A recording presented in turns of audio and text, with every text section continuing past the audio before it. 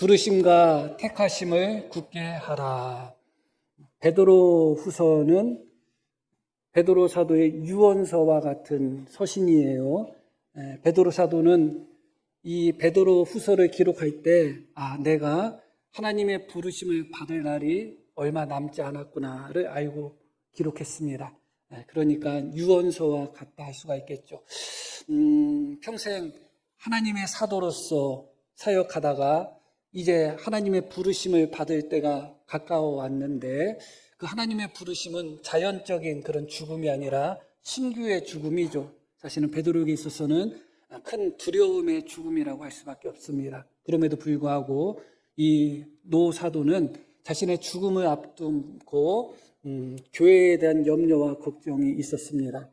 내가 떠난 후에도 남아있는 교회들이 든든히 서야 될 텐데, 흔들리지 않아야 될 텐데, 굳건히 서야 될 텐데, 그런 염려가 있었던 것입니다.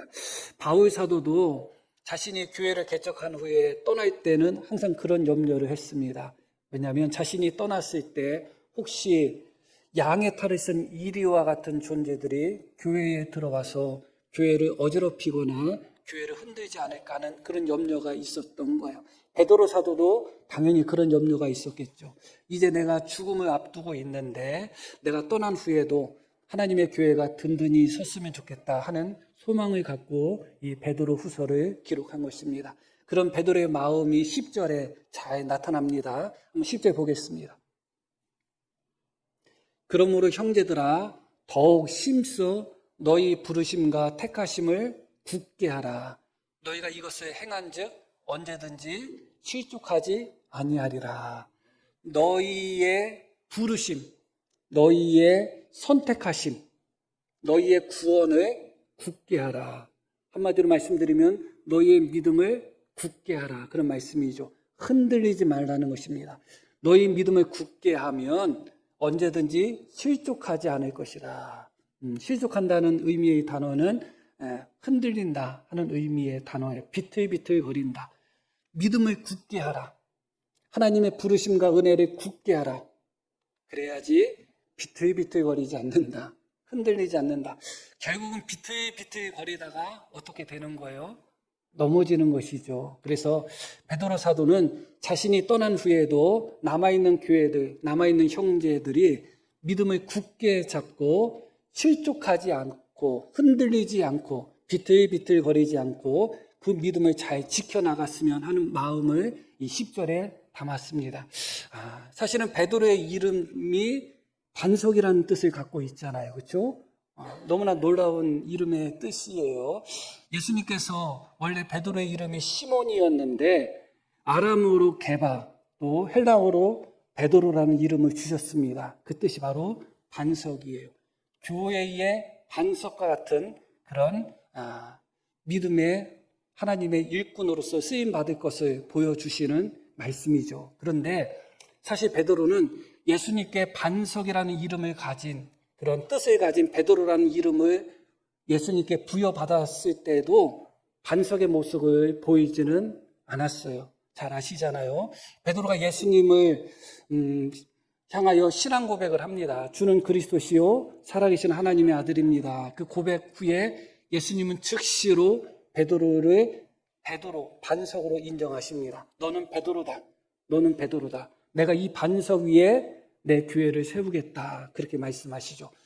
베드로는 반석과 같은 그런 존재였습니다. 그런데 그렇게 예수님으로부터 새로운 이름, 베드로라는 이름, 반석이라는 뜻을 가진 이름을 받자마자 베드로는 오히려 예수님을 넘어뜨리려고 하죠. 그렇죠? 예수님이 십자가의 죽음, 고난을 말씀하셨을 때 베드로는 예수님을 붙들고 절대 그런 일이 있을 수 없습니다. 왜 예수님이 죽으셔야 됩니까? 예수님 죽으시면 안 됩니다. 그때 예수님이 베드로에게 하신 말씀이 뭐예요? 사탄아, 내 뒤로 물러가라. 그 다음에 어떤 말씀하셨어요? 너는 나를 넘어지게 하는 자다. 그래서 반석이라는 이름을 받고서 베드로가 첫 번째 했던 것은 오히려 예수님을 넘어뜨리려고 하는 걸림돌의 역할을 했죠. 반석의 역할이 아니라 걸림돌의 역할이었습니다. 사실 베드로는 예수님이 이 땅에 계실 동안은 그 이름이 베드로 반석이라고 불렸지만 반석과 같은 모습이 거의 없었어요, 사실. 우리가 잘 아시는 바와 같이 예수님께서 대제사장 집에 끌려가서 고초를 당하실 때도 베드로는 그곳에서 예수님을 모른다고 3번이나 부인을 했잖아요. 반석 같은 모습이 아니죠. 자기 자신도 스스로 흔들렸고 자기 자신이 스스로 흔들렸을 뿐만 아니라 예수님까지도 넘어뜨리려고 했던, 흔들려고 했던 모습이 베드로의 모습입니다. 예수님께서 겟세마네 동산에 기도하러 가시기 전에 최후의 만찬 자리에서 베드로에게 한 가지 비밀을 말씀하셨습니다. 그것은 무엇이냐? 사탄이 밀가부를 타려고 너희를 청구했다는 것입니다. 너희 모든 제자들이 사탄이 흔드는 그 시험에 넘어갈 수밖에 없다는 것이죠. 그런데 예수님은 놀라운 말씀을 해요. 내가 베드로 너를 위해서 기도했으니까 너는 돌이킨 후에 내 형제들, 다른 제자들을 어떻게 하라? 굳건하게 하라. 붙들어줘라. 오늘 우리가 읽으신 말씀처럼 굳게 하라. 그렇게 말씀을 하셨습니다. 그런데 베드로가 그런 모습을 보였는가? 사실 그런 모습을 보이지 않았죠. 부활하신 후에 예수님이 제자들을 만나고자 원했지만 제자들은 두려워서 자기들 집에 다 숨어 있었습니다. 어쩔 수 없이 예수님이 그곳에 찾아왔죠. 그런 후에 그들에게 다시 한번 말씀을 하십니다. 주님의 평강의 말씀이고 부활의 말씀이고 은혜의 말씀이에요. 사실은 예수님은 제자들을 갈릴리에서 만나기를 원하셨습니다. 다 기억나시죠? 갈릴리에서 어떤 산에서 만나기로 이미 약속이 된 거예요. 그런데 제자들은 그 자리에 가지 않았습니다. 그래서 예수님이 다시 찾아왔죠. 찾아온 후에 드디어 제자들이 부활하신 예수님을 만난 후에 갈릴리로 갑니다. 그런데 기억나시죠? 갈릴리로 가긴 갔는데 예수님은 갈릴리 산으로 가라고 했는데 베드로가 다른 제자들에게 나는 고기 잡으러 갈게요 해가지고 산으로 가지 않고 바다로 가버렸어요. 그래가지고 결국은 바다에 가서 디베라 바다, 거기가 갈릴리 바다인데 거기 가서 밤새도록 고기 잡다가 한 마리도 잡지 못하고 그곳에서 예수님을 만난 장면이 나오죠. 너는 돌이킨 후에 내가 너를 위해서 기도했으니 너는 돌이킨 후에 내 형제를 굳게 하라고 했던 베드로였는데 그 베드로가 정작 부활하신 예수님을 만난 후에 다른 제자들에게는 예수님이 갈릴리 산으로 가라고 말씀하셨는데 바다 가자, 바다 가서 고기나 잡자 하면서 다른 제자들을 고기 잡는 그런 현장으로 데려간 것을 보게 됩니다. 반석의 모습이 아니었습니다. 스스로도 흔들리는 모습이 있었고 스스로 흔들리는 모습뿐만 아니라 스스로 흔들리는 모습 속에서 다른 형제들까지 흔드는 모습을 보게 됩니다. 반석으로서 자기도 흔들리지 않고 비틀비틀거리지 않고 굳게 서서 흔들리는 형제를 붙들어줘야 되는 사명을 받은 반석 베드로가 자기 자신 스스로가 흔들리고 자기 자신 스스로가 흔들릴 뿐만 아니라 사실 얼음판 같은 경우에 미끄럽단 말이죠. 미끄러울 때 넘어질 때 혼자 넘어져야 돼요. 안 넘어지려고 옆에 사람 막 비틀비틀거리다 옆에 사람 붙들면 어떻게 돼요? 같이 넘어지잖아요. 그것처럼 베드로가 자기 혼자 흔들리다가 흔들리는 데서 멈춰버린 것이 아니라 조용히 나 혼자만 물고기 잡으러 가야지 한 것이 아니라 나머지 제자들한테도 나 고기 잡으러 갈 테니까 따라오라 해가지고 나머지 제자들까지 데리고 가는 그런 모습을 보였죠. 반석이었던 그가 예수님을 향해서도 다른 제자를 향해서도 걸림돌의 모습을 보였고 도리어 흔드는 자의 모습을 보였다는 것 우리는 부인할 수가 없습니다. 그 이름과 전혀 상관없는 이름과 정반대의 모습이 베드로의 모습이 아니었는가 하는 생각을 하게 됩니다. 그럼에도 불구하고 오늘 읽으신 말씀을 보면 놀라운 반전들이 나타납니다. 다시 10절 말씀 보겠습니다. 그러므로 형제들아 더욱 힘써 너희 부르심과 택하심을 어떻게 하라? 굳게 하라. 스스로 반석인 베드로가 스스로도 굳게 하지 못하고 그렇게 흔들렸던 믿음을 가졌던 베드로인데 지금은 그 베드로가 예전의 그 베드로가 아닙니다. 자신이 떠나는 그 순간에 남아있는 교회를 향해서 너희 믿음을 굳게 하라 그렇게 권면합니다. 실족하지 않도록, 흔들리지 않도록 너희 믿음을 굳게 하라. 12절, 13절 말씀도 보겠습니다.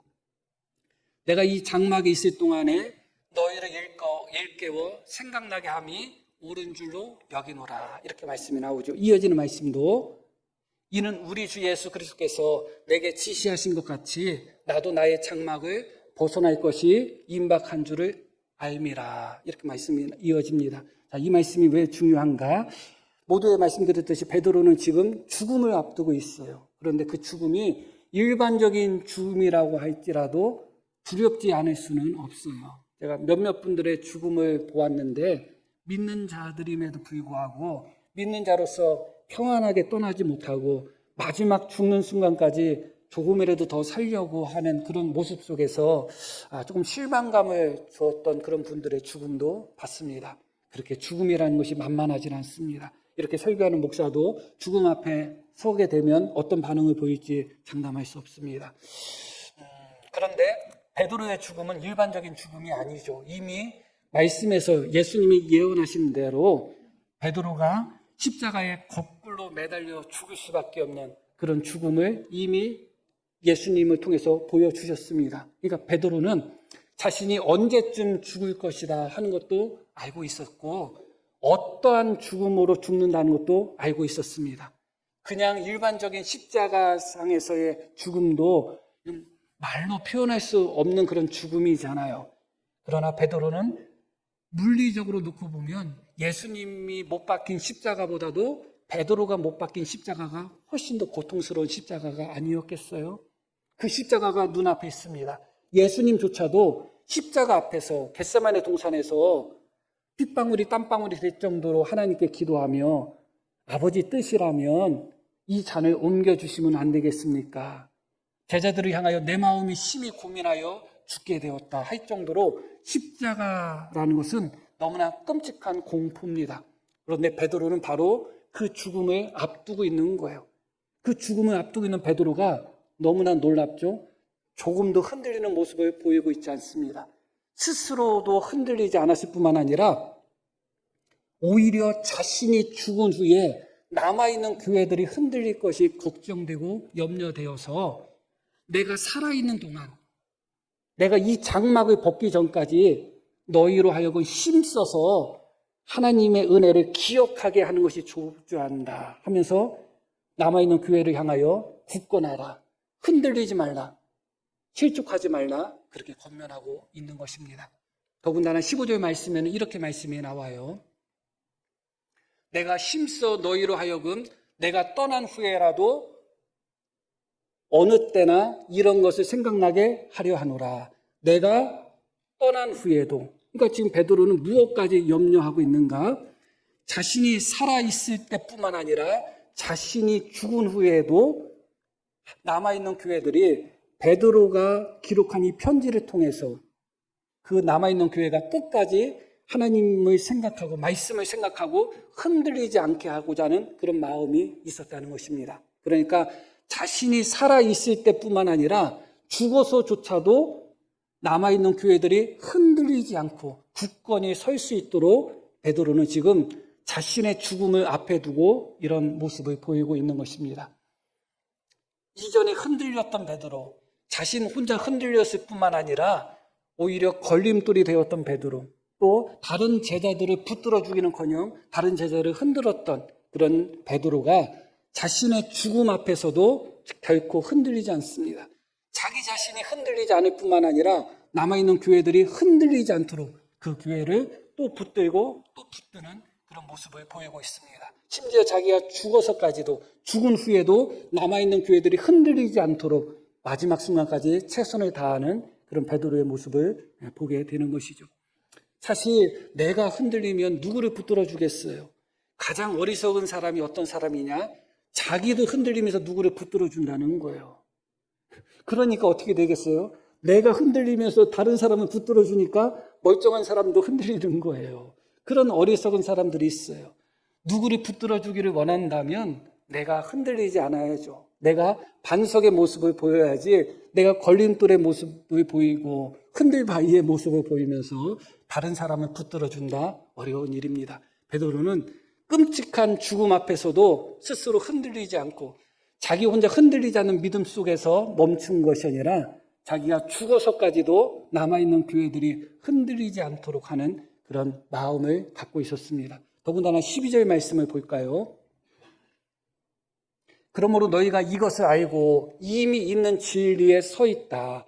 서 있다는 단어가 굳건히 있다. 그런 의미예요. 그러므로 너희가 이것을 알고 이미 있는 진리에 어떻게 하겠다고요? 굳건히 서 있다는 거예요.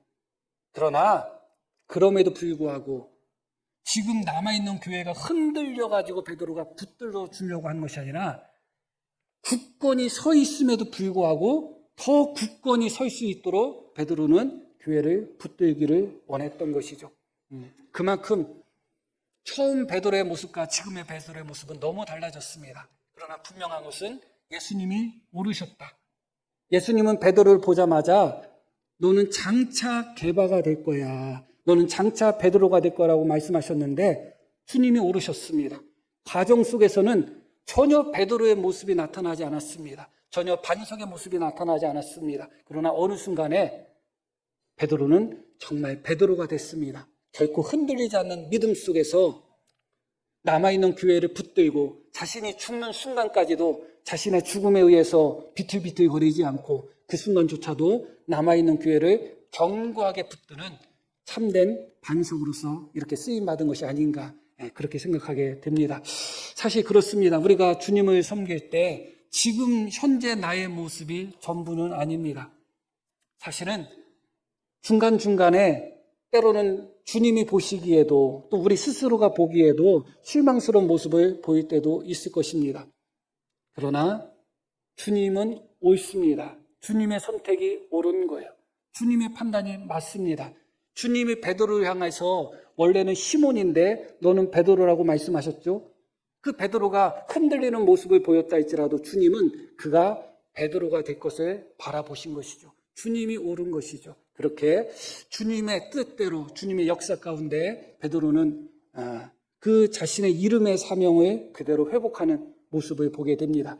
여기서 우리가 한 가지 오늘 말씀의 중요한 점을 묵상하려고 합니다. 그것은 무엇이냐? 말씀드렸듯이 원래 베드로는 이름을 부여받고 반석이라는 뜻의 이름을 부여받은 후에도 스스로도 계속해서 흔들리는 모습을 갖고 있었고 자기 혼자 흔들릴 뿐만 아니라 걸림돌의 모습들 또 예수님조차도 걸려 넘어지게 하고 또 같은 제자들조차도 흔들어버리는 그런 모습을 가지고 있었잖아요. 그런 베드로가 어떻게 자신의 죽음을 앞두고 전혀 흔들리지 않고 그 죽음도 보통의 죽음이 아닌데 그것뿐만 아니라 자기가 죽어서까지도 죽은 후에까지도 남아있는 교회가 흔들리지 않도록 하고자 하는 그런 열심을 보여주었나 무엇이 이렇게 베드로를 변화시켰는가를 오늘 살펴보려고 합니다.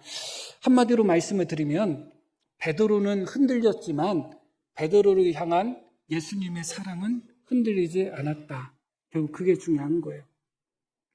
베드로의 믿음은 흔들렸지만 베드로를 믿고 있었던 너는 게바야, 너는 베드로야, 너는 반석이야 그렇게 말씀하셨던 예수님의 믿음, 예수님의 확신, 예수님의 사랑은 조금도 흔들리지 않았다. 그것이 중요한 것이죠. 실제로 신앙생활을 할 때 우리는 수도 없이 흔들립니다. 우리가 흔들릴 때마다 예수님도 흔들리고 하나님도 흔들린다면 아무런 될 것이 없죠. 비록 베드로는 흔들렸다 할지라도 예수님은 끝까지 흔들리지 않았어요. 우리가 아시는 바와 같이 베드로가 예수님을 3번이나 부인을 하잖아요. 그리고 부활하신 예수님을 만난 후에도 바닷가에 가서 고기 잡겠다 하며 제자들을 데리고 갑니다.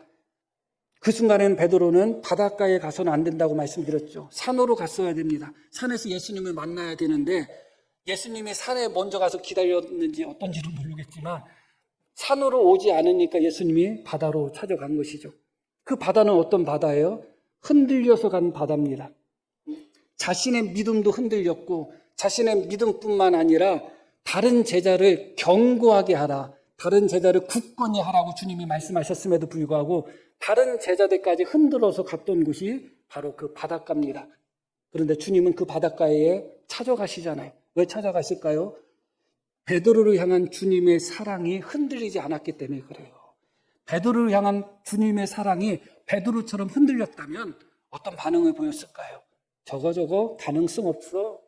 저거 더 이상 내가 어떻게 해도 안 돼. 그런 반응을 보이지 않았겠어요? 한두 번이 아니잖아요. 한두 번이 아니잖아요.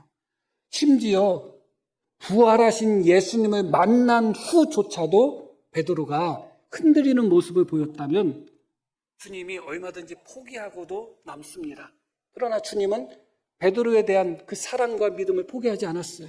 찾아가시잖아요. 찾아가셔서 그곳에서 숯불을 피워두시고 그곳에서 이제 떡을 구우시잖아요. 생선도 구우시고 밤새도록 고기를 잡지 못했던 그들에게 배 오른편에 한번 금을 던져봐라 했더니 정말 큰 물고기들만, 작은 물고기를 빼고 큰 물고기만 153마리가 잡혔다. 그 정도로 엄청나게 많이 잡혔습니다. 그런데 예수님은 이미 생선을 굽고 계셨고 떡을 굽고 계셨잖아요.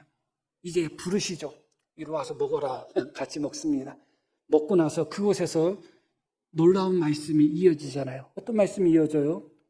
숯불 앞에서 베드로를 향해서 내가 나를 사랑하느냐 묻죠. 3번씩이나 묻습니다. 그러고 어떤 말씀을 주셔요? 내 양을 먹이라고 말씀을 주십니다. 툭하면 흔들리는 자에게 주님이 양을 맡기면 어떻게 되겠어요? 목자가 양들에게 꼴을 줘야 되는데 피곤해. 오늘 피곤해.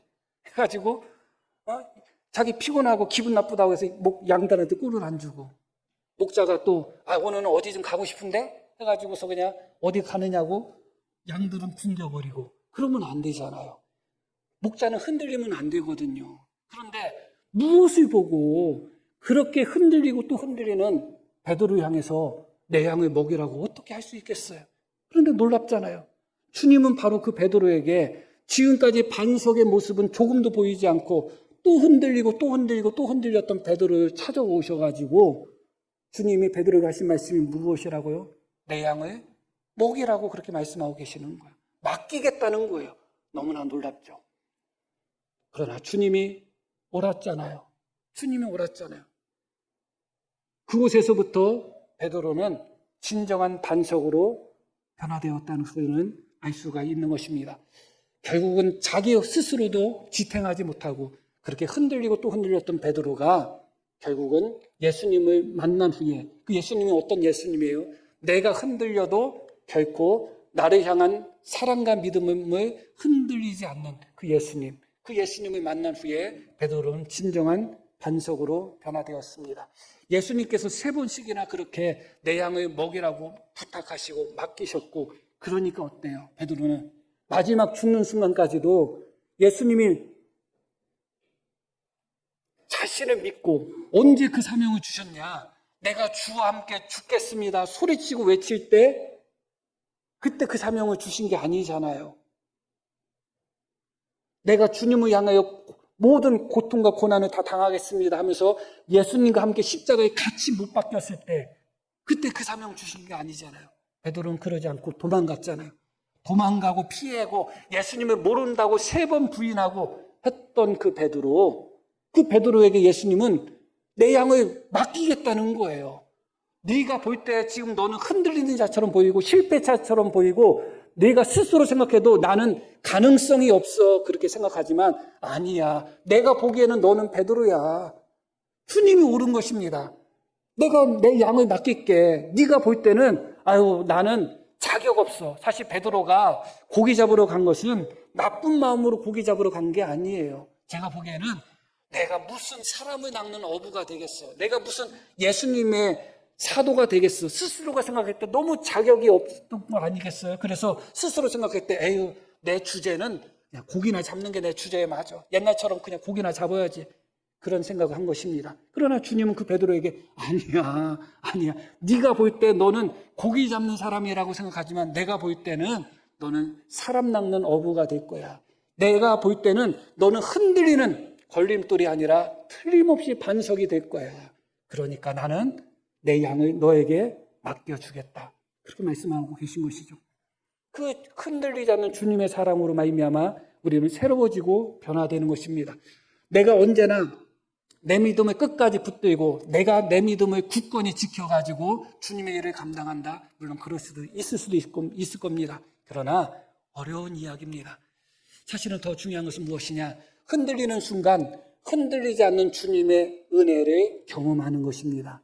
그 은혜를 경험하게 되면 우리는 변화되는 것이죠. 그 장소가 사실은 중요합니다. 왜 중요한가? 그 바닷가는 결국 나는 이제 고기 잡으러 가겠다고 포기한 그런 장소를 상징적으로 보여주는 곳입니다. 베드로에게 있어서는 실패의 바닷가죠. 사실은 성공의 바닷가가 아닙니다. 주님을 떠난 그 바닷가입니다. 그런데 이제 주님이 그 바닷가에 찾아오셔서 베드로를 만남으로 말미암아 그 바닷가는 베드로가 예수님을 떠난 바닷가가 아니라 베드로가 예수님을 만난 바닷가로 변화돼 버린 것이죠. 그리고 예수님이 숯불에서 베드로에게 떡을 구워주시고 그 숯불 앞에서 베드로에게 내가 나를 사랑하느냐, 그 의미가 있잖아요. 숯불은 베드로에게 있어서 특별한 아픔의 기억이 있을 수밖에 없잖아요.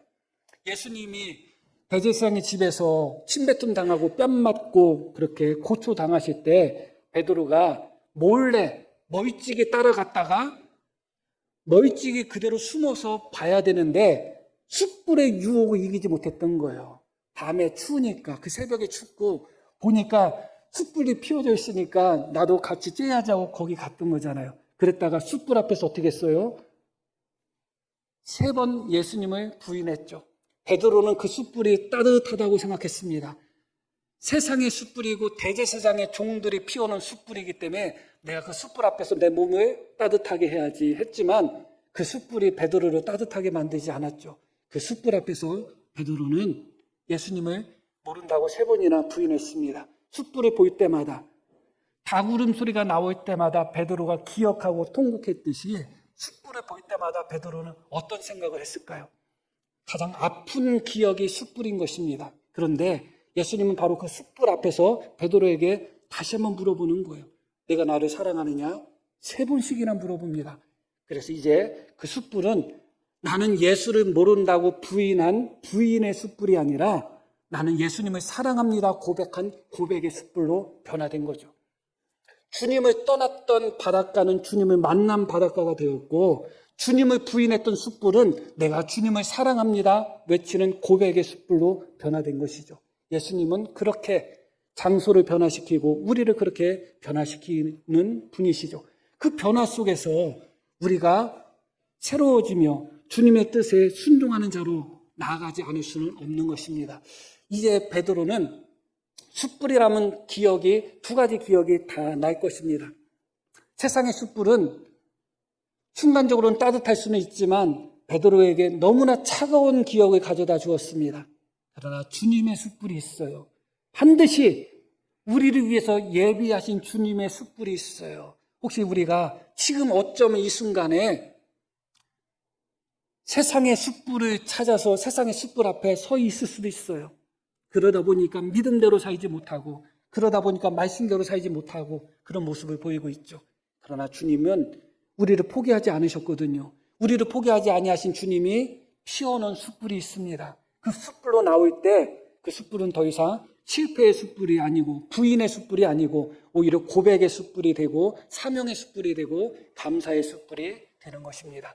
오늘 말씀 속에서 원래는 반석이었지만 전혀 반석으로서의 사명을 감당하지 못했던 베드로가 어느 순간 자신의 죽음 앞에서조차도 조금도 흔들리지 않고 그렇게 하나님의 교회를 굳건히 붙드는 반석 중의 반석의 모습을 발견하게 됩니다. 왜 그랬는가를 오늘 말씀 속에서 다시 한번 깨닫게 되는 것입니다. 언제나 흔들리는 우리 속에 우리를 향한 흔들리지 않는 주님의 사랑이 있습니다. 그 주님의 사랑을 만나기를 바랍니다. 혹시 우리 성도님 중에 실패의 자리, 넘어짐의 자리, 아픔의 자리가 혹시 있을까요? 주님이 찾아오십니다. 그 자리를 변화시키는 것입니다. 내가 주님을 부인했던 숯불이 있다. 그 숯불이 주님을 사랑한다고 고백하는 고백의 숯불로 변화되는 것입니다. 그 변화를 경험하셔야 되는 겁니다. 우리 교회도 마찬가지예요. 우리 교회에서 신앙생활 하면서 때로는 어떤 분은 상처를 가지고 있는 분도 있고 아픔을 가지고 있는 분도 있겠죠. 그러나 주님을 다시 한번 만나셔야 됩니다. 따뜻한 숯불을 피워놓고 계신 그 주님을 다시 한번 만나게 되면 아픔의 장소, 슬픔의 장소도 변화되는 것이고 주님을 떠났던 내 마음, 주님께로부터 흔들렸던 내 마음도 다시 새로워지는 것입니다. 오늘 말씀을 통해서 흔들리는 우리 믿음 속에 언제나 흔들리지 않고 또 한 번 찾아오시며 또 한 번 회복시키시고 또 한 번 우리를 변화시키는 그 예수님의 은혜를 경험하고 예수님을 만날 수 있는 우리 모두가 되기를 예수님의 이름으로 간절히 축복합니다. 자, 우리 들으신 말씀 기억하며 함께 기도하겠습니다.